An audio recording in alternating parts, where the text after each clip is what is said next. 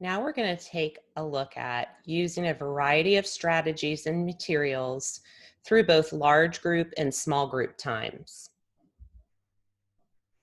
One way you can model friendship skills during large group is through a very scripted way. First, you want to describe the skill that you're focusing on. And in the next slide, you'll see examples of posters that you can use for this very thing. So, for example, asking a friend to play might be the skill. And then you would demonstrate the skill the right way with another adult or using puppets, and also the wrong way. So, giving them those examples and non-examples, and then allow the child to practice the skill. And once they have, give them that positive feedback and support that they need so they'll continue to use the skill. These are the cards I was referring to. These are friendship skill cards that are in our resource folder as well. You can see get attention, share, giving a compliment, sharing to request, and giving a play idea. So these are all friendship skills that you can directly teach and review with your students. We've also included in the resource section a way for you to make your very own puppets with the characters on the cards from the previous slide. You simply download and print the friendship characters, and then you're going to need some craft sticks and packing tape to adhere the character to each stick, and then use these in conjunction with the friendship cards that you're sharing. This is an example of a pre-K4 class that really focused on friendship skills throughout the school year. The teacher decided that she would introduce the skill of just friendship in general, and what does friendship mean, by reading this book, What's the Recipe for Friends? She read it daily at circle time and then started to talk about the different things the characters were doing in this story to be good friends. And then as a class, they came up with this friendship recipe, which was kind of mirroring the book. So spoonful of kindness, 2 cups of sharing, big scoop of politeness, and a pinch of taking turns. And then you can see the little caterpillar to the left of the recipe. And as children in the class were noticed doing one of these skills, the teacher put the matching food up on the caterpillar. And once the caterpillar's tummy was all full, he went into his cocoon, and the children went home for the day. And the next day they came in, and you can see the middle picture, he had emerged as a beautiful butterfly. So the children fed all their kindness to the caterpillar so that he could be a beautiful butterfly and share his beauty with everyone. So that's just an example of a fun way to connect literacy and just some real life scenarios in the classroom to something that children can relate to. Here's another example of a way to do a whole group or a large group, or maybe you could even do this in a small group activity to do a friendship mix. Ask everyone to send in a baggie of their favorite snack. And again, in the resource section, we've provided an example of how you can do this with families and what ways you can ask them for help and have them send in the items so that everybody can have a turn to dump their snack into a big bowl. And then everybody takes a turn mixing the snack and scooping the snack out. And at the end, you have a random mix of snack items, and the kids love it. And it's usually very tasty. So I encourage you to try this activity out. It's a lot of fun. The kids love it. And you can even take pictures along the way. Another example here on the left is a classroom that did that same kind of idea, but she made it very specific to some friendship skills and friendship words, characteristics of friendship: kind goldfish, hardworking Cheerios, sharing pretzels, sweet talking marshmallows, friendly fruit snacks. And she talked about we don't want to be a troublemaking rotten banana. We want to be all these other wonderful characteristics of a good friend. And you can see at the bottom, they took a class picture. So that sounds like a really fun way to target some friendship skill practice.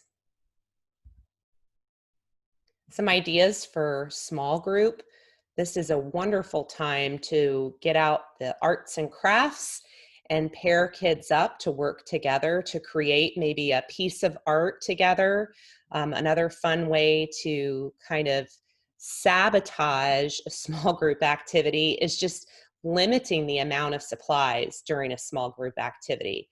So it kind of forces or encourages children to take turns and share. And you can really talk about that too. You know, look, there are 4 friends at my table, but I only have 2 pairs of scissors. We have a problem. What can we do? And talk about ways that you can solve the problem, solutions for that problem. And more than likely, they're going to come up with some solutions of sharing and taking turns. You can also think about creating a classroom book about friendship, just different things you see in the classroom and ways that they are practicing their friendship skills, both intentionally and maybe not even aware that they're practicing, and capturing those images through a photo or maybe some drawings that the children can do, and you bound together into a book. Another consideration for friendship is thinking about children who might need a little extra support with friendship skills. Some children might benefit from this visual checklist up at the top. It encourages play between peer buddies. And you would want to review this ahead of time with a child that might be struggling to play cooperatively or just even play next to someone else. So you would review the pictures, stay, play, and talk, and what those mean, and maybe even provide some non-examples. And then as they do these throughout their time at centers, you can give them a check or a sticker in that bottom box and reinforce that they did a really great job with that skill. You did a wonderful job staying in your area with your friend. Wow, look at you. You're playing next to your friend. Great job. I'm going to give you a stamp or a sticker or a happy face in the box. This is also included in your resource folder, so you have access to it. This other picture is an individualized scripted story that was written for a child that had a lot of difficulty keeping his hands to himself and kind of respecting the space of others. So the teacher did a lot of teaching around thinking about your space is you have like a bubble around you, and everybody has a bubble, and we have to really respect that space and ask people if they want a hug before just going up and giving them a hug. So this scripted story walked through that skill practice with the child, and he was very successful in learning how to respect everyone else's space. Friendship is for everyone. We want to make sure we include all children from all different backgrounds, cultures, abilities in friendship activities. A great way to do this is to explore books that represent a lot of different cultures, backgrounds, abilities. This book, The Big Umbrella, is a great read that I would encourage you to check out. We also have included it in our resource folder as a way to view online. Again, it's just a really beautiful, simple story about the power of friendship and how everyone can be included in friendship. Along those same lines, we want to make sure to think about how we can be inclusive in the classroom for children with disabilities. Notice there's a green star in the corner, so you're going to see some of this information on the slide in the GAIN survey, so just pay special attention to it. But ways we can ensure inclusivity are just to teach and model friendship skills to all children during structured time. So going back to those examples of that scripted way of teaching the friendship skill of asking a friend to play. and modeling it for them, giving those examples and non-examples. Make sure you include all children at this time. So children with disabilities that are in your classroom have an opportunity also to learn these friendship skills. We want to also make sure children have opportunities to practice friendship skills throughout the day. This is really important because there are a lot of opportunities during the day that present themselves to practice friendship skills. Centers is a great time, outside is a great time, but even mealtime is a great time to practice friendship skills. Can you pass your friend a napkin? Can you help your friend with his lunchbox? Just different ways to think of expanding friendship throughout the day. Make sure too that you carefully think about your materials and select things and even arrange things in your environment to promote that interaction between all peers.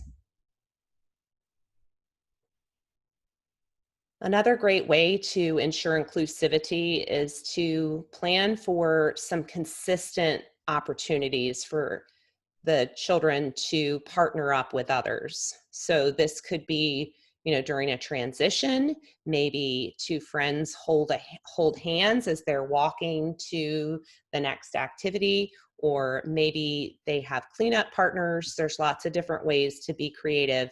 And I believe Jen covered a lot of that during the second part of this training.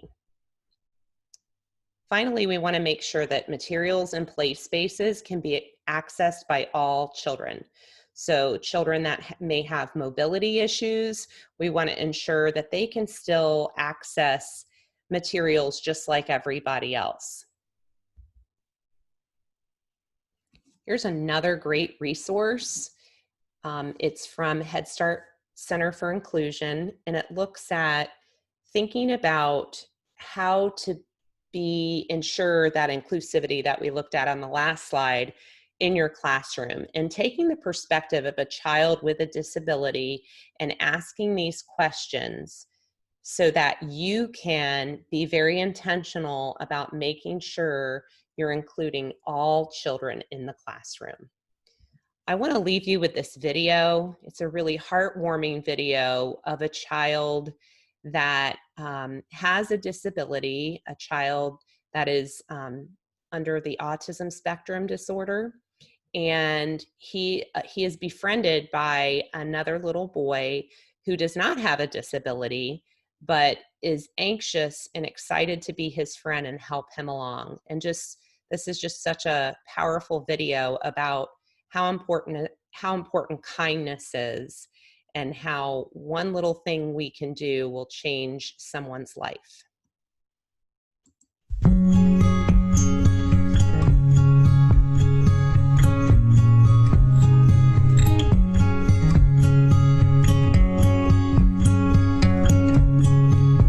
He was consoling him, and he grabbed his hand and walked him to the front door, and we waited until the bell rang, and he walked him inside the school, and the rest was history. They have an inseparable bond.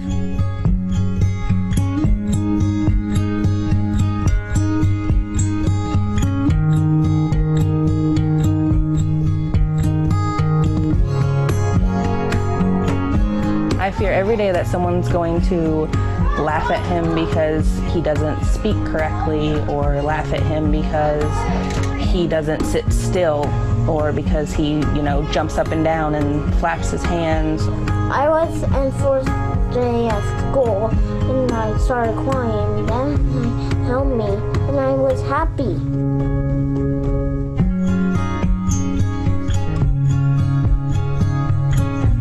Doesn't matter, color, it doesn't matter gender, it doesn't matter disability, it doesn't matter anything. Just be kind, open your heart, and that's what we need in this world. One act of kindness, can change someone's life. Can change the world. That's all it takes.